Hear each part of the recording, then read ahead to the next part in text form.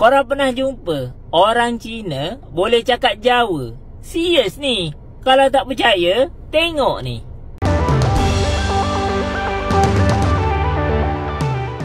Ya, ada sebuah video yang pernah viral di negara tetangga, di mana seorang warga negara tetangga keturunan Cina, yang tidak hanya fasih berbahasa Melayu, namun ia juga fasih berbahasa Jawa. Hal itu yang membuat sebagian warga negara tetangga merasa kagum. Korang pernah jumpa orang Cina boleh cakap Jawa? Serius ni. Kalau tak percaya, tengok ni. Mantu ni ya. Winnie mantu. Oh, Winnie mantu. Tanya lah. Makan besar Winnie lah. Makan besar ya. Makan gede. Makan besar. Follow lah TikToknya. TikTok YB Jawa Skin Chat. YB Jawa Skin Chat. InsyaAllah. Okay. Follow. Bocah-bocah follow lah. So mampir lah. Ngot situ kabeh mampir yang Skin Chat. 3 tahun melawat Selangor. 25 tahun melawat Selangor. Kamu cuti pusing Selangor dulu. Kalau koncone kabeh yo tekan nang coba jeneng Samad, bone Samad, laman koko, anake sing jadi songke. Anake Farhan. Itu loh. Ya, sebab macam mana boleh cakap Jawa ni? Sempadan rumah saya dengan Jawa. Oh. Yang terakhir rumah saya dengan Jawa. Jiran saya Jawa. Saya waktu kecil bekerja Raja 5 bekerja dengan Wak Isrok, namanya Wak Isrok bin Majid. Arwah lah, dah meninggal lah. Itu macam pak saya lah. Saya kerja kantin dengan dia, sapu-sapu lantai, cuci piring, buat air dan sebagainya. Raja 5 kawan dengan anaknya, tidur kat rumahnya, mangan kerobong cowo, mangan sambal toto lah, mangan turu sama toto, sama tomes, kapan ni? Nah, jika dibandingkan dengan Indonesia, sebenarnya itu adalah hal yang biasa dan tidak menjadi sesuatu yang wah atau istimewa, karena warga negara keturunan baik Tionghoa, Eropa, Arab, India, dan lain-lain yang lahir dan besar di Indonesia, semuanya tidak hanya fasih berbahasa Indonesia, tetapi mereka juga bisa berkomunikasi dengan bahasa daerah di mana mereka berada. Ini ada salah satu konten YouTuber, karena saya pas lagi searching tuh ya, mau cari film horor, saya ketemu ada salah satu YouTuber WNI yang saat ini berada di Malaysia. Dia itu mengatakan, membandingkan antara Tionghoa Indonesia dengan Tionghoa Malaysia. Dia mengatakan bahwa malu nggak sih, orang Tionghoa Malaysia itu pandai bahasa Mandarin, tapi di Indonesia malah mereka nggak ngerti bahasa Mandarin. Saya pengen tanya sama ini orang ya, emang apa yang memalukan dalam hal ini gitu loh?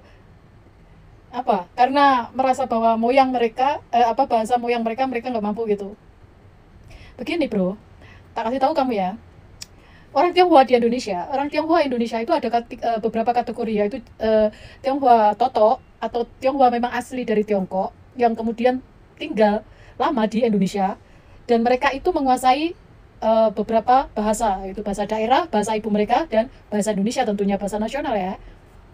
Kemudian Tionghoa keturunan, ya, Tionghoa keturunan itu rata-rata generasi yang sekarang, generasi dari mulai generasi Z sampai generasi Alpha itu justru generasi Alpha sekarang lagi giat belajar bahasa Mandarin ya, karena sekarang sudah adanya kebebasan. Generasi ini mereka cenderung ogah belajar bahasa Mandarin karena apa? Di lain susah juga nggak penting-penting amat gitu loh, ya. Karena apalagi mereka itu lahir besar di Indonesia bukan di Tiongkok. Kalaupun mereka bisa Mandarin itu hanya bonus buat mereka. Alhamdulillah misalnya. Jadi nggak ada hal yang bisa dipermalukan di sini ya. Justru malu lagi ketika di mana mereka itu sudah mengaku Malaysian tapi nggak bisa bahasa lokalnya, bahasa nasionalnya, itu lebih memalukan. Kenapa di Tionghoa di Malaysia itu mereka itu banyak sekali yang nggak bisa bahasa Malay ya, mereka itu lebih ke bahasa Mandarin dan bahasa daerah mereka, bahasa ibu mereka, karena di Malaysia sendiri itu mengkotak-kotakkan etnis gitu loh. Kehidupannya nggak bisa seperti Indonesia. Di Malaysia sendiri itu ada 3 etnis majority ya, Melayu, Tionghoa, dan India. Orang-orang di sana, etnis-etnis ini, mereka nggak mau dikatakan orang Malay, tapi beda dengan orang Indonesia, Tionghoa Indonesia, mereka mau-mau saja, bahkan sangat welcome gitu, seneng dibilang Chinese Indonesian atau orang Indo gitu, mereka seneng. Ya karena apa? Mereka memang mereka itu orang Indonesia, nggak mau dikotak-kotakan seperti yang ada di Malaysia. Malaysia mereka mengkotak-kotakan. Umpamanya jangan sekali-sekali kalian manggil Cindo ya, karena ini merupakan rasisme juga, Cindo itu ya. Kalau mau bilang orang Indonesia ya sudah orang Indonesia saja. Mau Tionghoa, mau Manado, mau Jawa, mau apa, itu orang Indonesia. Indonesia, ingat satu kali lagi, Indonesia bukan Malaysia, ya. Yang mereka itu condong mengkotak-kotakkan etnis. Indonesia itu sudah berasimilasi, jadi sangat berbeda jauh dengan kehidupan antara pendatang Indonesia dengan pendatang di Malaysia, ya. Lihat gimana reaksi ketika ada pertandingan antara Tiongkok dengan Malaysia umpamanya. Siapa sih orang Tiongkok yang akan dibela? Pasti orang Tiongkok. Ya karena merasa mereka itu bukan bagian dari Melayu, ya, bukan bagian dari orang Malaysia. Ini yang justru bikin malu. Betul atau enggak?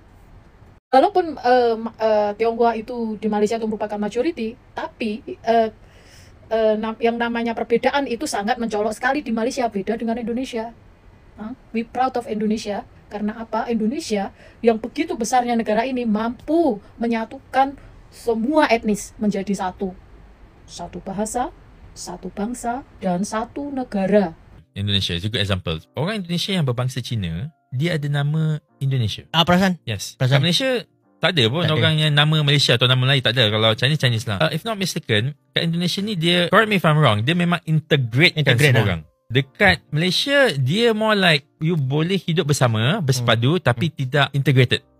So, nama Cina, nama India, nama Melayu. Tapi kat Singapura, kat Indonesia, susah unless kau tengok muka dia. Nak tengok muka pun tak tahu. Ini Cina ke Melayu ke, mix ke macam mana? Kalau tengok dekat TV dia tu, movie dia tu memang dah bercampur-campur lah. Dia dah campur lah dia punya perkahwinan tu. So, lagi susah nak perkataan tu? Asimilasi Ya, dia assimilated, yes. Assimilated. Yes, dekat Malaysia tak. So, dari segi tu, memang akan ada perbalahan lah. And then, perbalahan ni makin lama makin teruk, I tengok. Memang membimbangkan. Ya, hal ini agak sedikit berbeda dengan negara tetangga.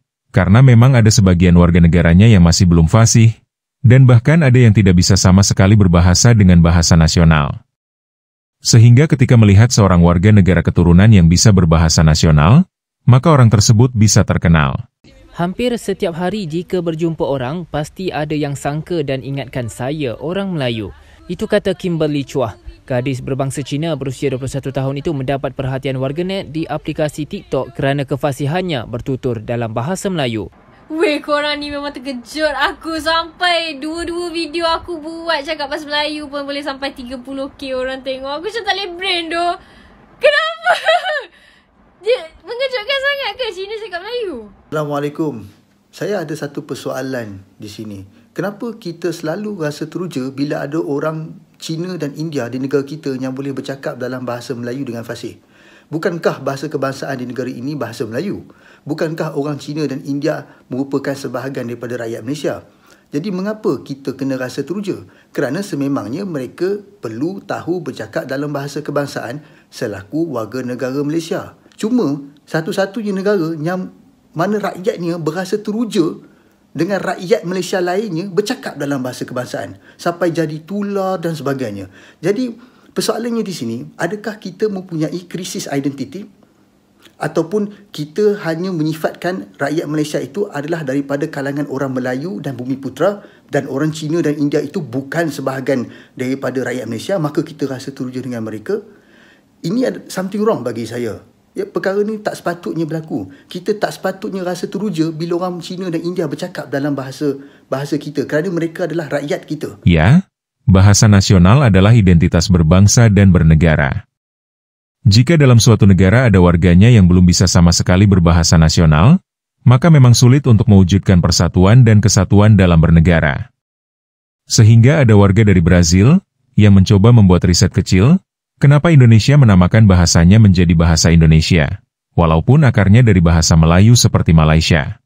Indonesian language, it has no owner. You guys may say, what are you talking about? I was reading some articles here and I realized that Indonesian language was created based on Malay, of course, but Indonesian language was created to unite thousands of people and also ethnicities, because Indonesia is a very diverse country, kind of similar to Brazil. So to unify these ethnicities, they created this language based on Malay. So in history, that was used for commerce. So many Indonesians don't realize that they speak a language that was created to promote peace inside the country. And to me, that was a very intelligent decision. This is a very important message from a country. They're telling to the population that choose Indonesian as home, you guys are welcome here. We are a welcoming country, a welcoming people. And that's so wonderful and amazing and beautiful. Nah, bahasa Melayu di Indonesia statusnya sebagai bahasa daerah dan hal itu sama seperti bahasa-bahasa daerah lain di Indonesia. Namun hal itu harus tetap dilestarikan.